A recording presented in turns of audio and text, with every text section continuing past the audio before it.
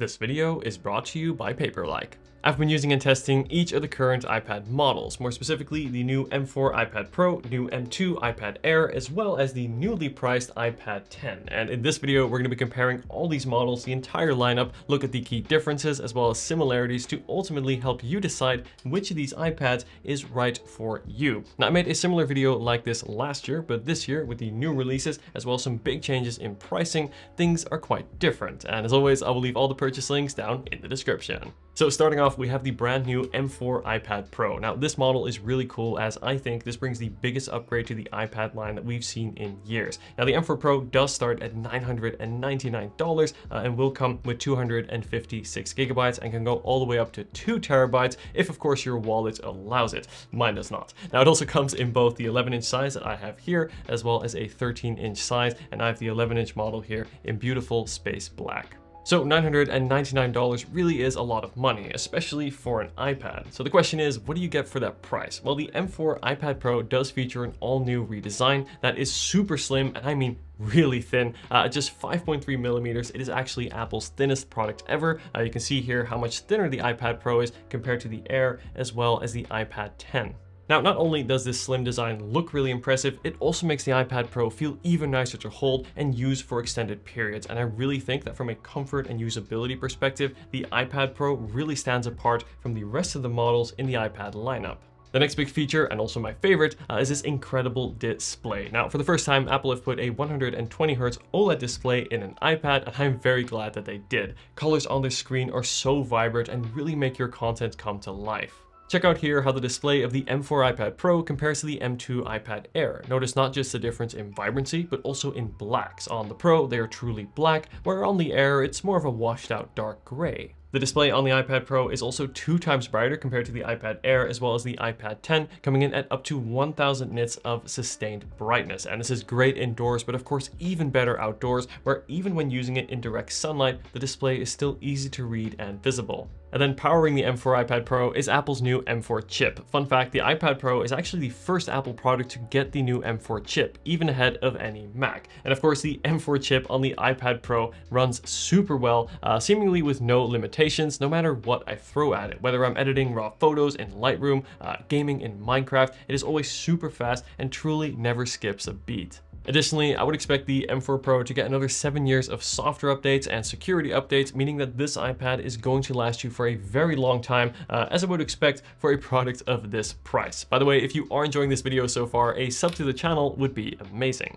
Aside from the new design as well as the incredible OLED display, the iPad Pro also now has 4 speakers as opposed to 2 speakers on both the Air as well as the 10. And the speakers here on the iPad Pro actually get surprisingly loud and really have some depth, something I wouldn't expect from a product this thin. The iPad Pro is also the only iPad whose USB-C port supports Thunderbolt, and this is great for high-speed data transfers, as well as hooking up Thunderbolt devices right to your iPad. Now, the iPad Pro is also the only iPad in the lineup that uses Face ID to unlock, and I've got to say, Face ID on the iPad is excellent, even better than Touch ID on the other models. The M4 iPad Pro is an impressive product. From its super thin design, incredible display, and that powerful M4 chip, it really is meant for those video editors, photo editors, or graphic artists who have demanding workflows to truly take advantage of all the capability that this product has to offer. And if you're part of that group, this is the best iPad to get, no question. I also want to touch on the Apple Pencil, since Apple now sells what seems like a dozen different versions, so the iPad Pro is compatible with only the Apple Pencil Pro. Now this is the newest model in the lineup. It does offer some new features, for example, a squeeze function as well as haptic feedback. You'll also get a gyroscope for more precise control of your movement, and of course it still wirelessly and magnetically snaps onto the iPad to charge and pair. Speaking of the Apple Pencil, Apple also offer a nano texture display option, but this is only available on the iPad Pro and then only available on the higher storage models. But thankfully, you don't need to buy the most expensive version of the most expensive iPad to get a matte display. In fact, I have a much more functional and also far more cost-effective alternative that is also available for all iPad models. This is Paperlike for iPad, the original paper-feel screen protector, which gives you the same stroke resistance as real paper, giving you that really satisfying feeling and even sounds like paper. Check this out. Whether you're a digital artist, a student, or simply a productivity enthusiast like me, having Paperlike 2.1 makes using my iPad and navigating it so much better when I'm swiping between apps, scrolling on pages, and of course, best of all is when using my Apple Pencil, which simply feels so much more natural and more enjoyable. I noticed that because I get more grip, I actually found myself writing more neatly and more easily making fine adjustments with Paperlike when compared to the glossy, slippery screen of a typical iPad. And if you've seen my handwriting, you'll know that this is something I really need. No, but in all seriousness, Paperlike really gives the best of both worlds. You get all the benefits of a digital screen without losing that tactile feel of paper. It is super easy to apply and even comes with 2 in the box, and the beauty of Paperlike for iPad is that it is also non-permanent and thus also doubles as a screen protector to keep your expensive iPad's display looking new. Additionally, the patented nanodot technology ensures minimum refraction, and this means that your display stays clear and also helps reduce reflections. Paperlike 2.1 really makes the iPad experience even better. It comes in at a great price and is available for all iPad models, plus you also get a 100-day satisfaction guaranteed for that extra peace of mind. So to upgrade your iPad with a Paperlike screen protector, be sure to head to the links in the description today. So from the most expensive iPad, we now go all the way over to the other end of the spectrum to the most affordable iPad, and this is the iPad 10. And my perspective on this model has really changed, and that is all due to the fact that this year Apple decreased the price from $449 down to $349. And for this price, you really get a lot. For starters, you get that modern iPad design with no home button, symmetrical bezels, and also a generally squared off look. I would say if I put the iPad 10 next to the Air and Pro, from a design perspective, it really fits right in with that modern aesthetic. You also get USB-C on the bottom for charging, and it even has the landscape FaceTime camera for better orientation during calls. The 10.9-inch display is good with just one major flaw. So first, the positive, it has the same rounded corners on all corners, just like the more expensive iPad models. The screen is also surprisingly color accurate and actually surprisingly bright at up to 500 nits, meaning it's bright enough to use in any indoor environment. And now for the flaw. So the display of the iPad 10 is not laminated, and this means that there's a visible gap between the display and the glass covering it. Now you can really see this difference when compared to the iPad Air and iPad Pro, both of which do have laminated displays. And when using the iPad 10, you do see this difference. Content feels just a little bit less bright, a little bit less immersive, and colors just aren't as vibrant as on the other models. Plus, Apple's decision to not add a anti-reflective coating to this display means that reflections on the iPad 10 are going to be more noticeable, especially outdoors, where this can make the screen a little bit hard to see. The iPad 10 is powered by Apple's A14 chip. Now this is a 4-year-old iPhone chip and not a desktop class chip like on the Pro or even the Air. And therefore, I would expect the iPad 10 to receive just about another 3 years of software updates, which is going to be significantly less compared to the rest of the iPad lineup and is something to bear in mind if you're considering this iPad. But in all fairness, today, the iPad 10 does perform well with lighter day-to-day tasks such as browsing the web, taking FaceTime calls, or switching between apps. It more than keeps up. But in heavier tasks like exporting large files or loading larger games, the iPad 10 does fall behind the Pro and the Air. One important choice that you want to be sure about before buying the iPad 10 is deciding your storage. So the iPad 10 starts with just 64 gigabytes, which is very little, especially for today. Now it can be upgraded to 256 gigabytes, but that will cost you an additional $150, at which point I think it's better to look at the iPad Air, but more about the iPad Air in a sec. I would say if you're spending most time streaming videos from the web and keep a lot of data in the cloud, then 64 gigabytes can be enough. But if you want to say download content to view offline, like say on a plane, or get lots of apps or have a large photo library, well in that case 64 gigabytes will fill up very quick.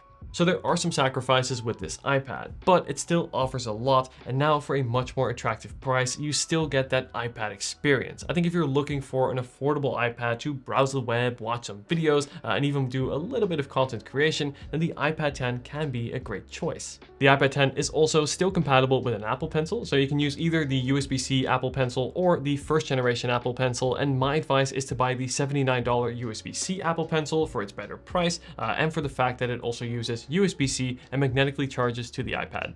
And now we arrive at the new M2 Air. Now, this is the iPad that I consider to be the best value and also the best option for most people. So the M2 Air starts at $599 for 128 gigabytes and is also available in this 11-inch version as well as a new larger 13-inch version. 128 gigabytes is a much better place to start in terms of the storage when compared to the iPad 10. But the biggest feature of the M2 iPad Air is in the name, and that is the M2 chip. Like on the iPad Pro, this too is a desktop level chip. In fact, this is the same chip from my M2 MacBook Air from just 2 years ago. And as expected, the M2 chip is still an absolute beast. During day-to-day productivity use like multitasking, running 2 apps at once, gaming, and even running some creative apps, everything feels super snappy and fast. The performance here on the M2 iPad Air really is excellent. Plus, I would expect the M2 Air to get another 5 years of software support and updates. Now, this is a bit less than the iPad Pro, but a lot more than the iPad 10's 3 years. And this means that the iPad Air will last long enough, I think, for most people and most use cases. Another thing I really love about the iPad Air over the iPad 10 is the fact that it does have a laminated display, and this means less reflections and colors look even better, creating a more immersive experience. The bezels going around the display are slightly slimmer too, sitting right in between the iPad 10 and the iPad Pro, and the same thing can be said for the thickness. And like the iPad 10, it also uses Touch ID, which is still fast, although not as convenient as Face ID. Now the speakers on the iPad Air are also improved with now 2x more bass, and this is a difference that you do hear. So really, compared to the iPad 10, the M2 iPad Air brings that desktop class M2 chip for excellent performance and also much improved longevity. You get double the base storage and a better laminated display. Plus, it also supports the same Apple Pencil Pro as from the iPad Pro. So if you are looking to get the latest and greatest Apple Pencil features, the iPad Air is going to be a far more cost-effective way to do so. I see the M2 iPad Air as really an easy option to recommend for most, no matter how you plan to use your iPad, whether it be for content consumption, content creation, or gaming, or a little bit of all three. The iPad Air can absolutely handle it and will do so for many years to come. I think this really is an excellent buy with really no major shortcomings.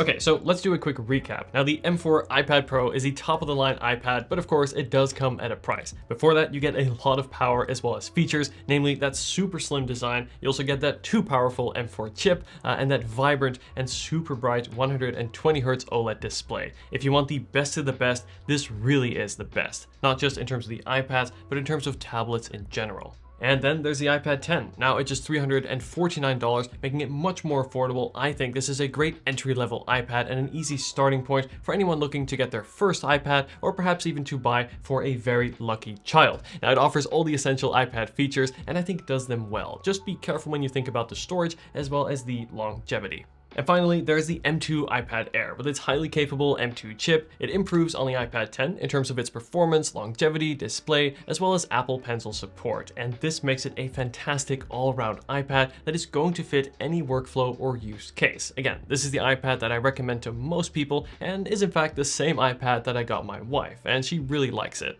I think. Let me know if you have any questions at all. As always, I will leave all the purchase links to all iPads down in the description. And if you haven't seen it yet, I highly recommend you check out my iPad First Things to Do video to unlock the full potential of these powerful tablets. Thank you so much for watching and take care.